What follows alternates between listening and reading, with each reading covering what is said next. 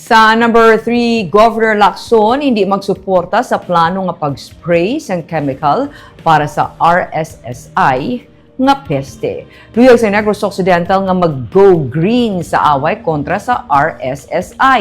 Hindi ini magsuporta sunod sa gobernador sa ginaduso nga aerial spraying sang kemikal. Ginsili ni Governor Eugenio Lacson nga ang suportahan lamang sa probinsya ang biological control para matapna ang pagpang-atake sa red striped soft-scale insect sa mga katubuhan. Luyag nila nga suportahan ang fungal production nga isa sa pamaagi para matapna sa natural nga pamaagi ang RSSI. Suportahan nila mga laboratory nga kinahanglan para sa fungal production. Damlag paginduso ni Unified President Manuela Mata ang massive spraying pagi sa aerial spraying sang chemical sa 250,000 ka hektarya sang katubuhan sa bilog nga isla.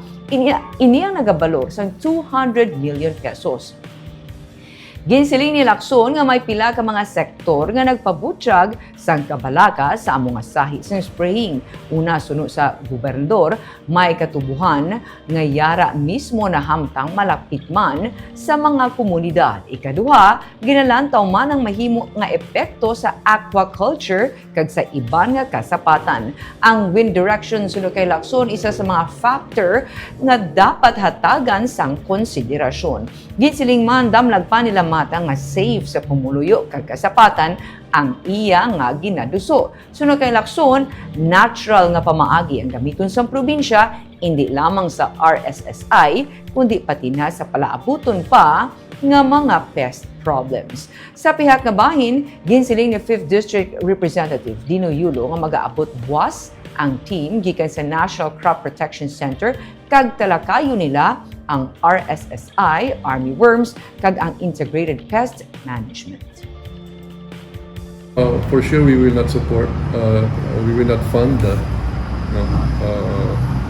We will go green and we are in favor of biological control. No? There are also many sectors who are worried about a massive aerial spraying. No? Because you don't know the wind direction. We have sugar land that are right beside barangays, where that are densely populated. We have sugar lands right beside aquaculture. We have sugar lands beside livestock. So that's why the province will go for go green.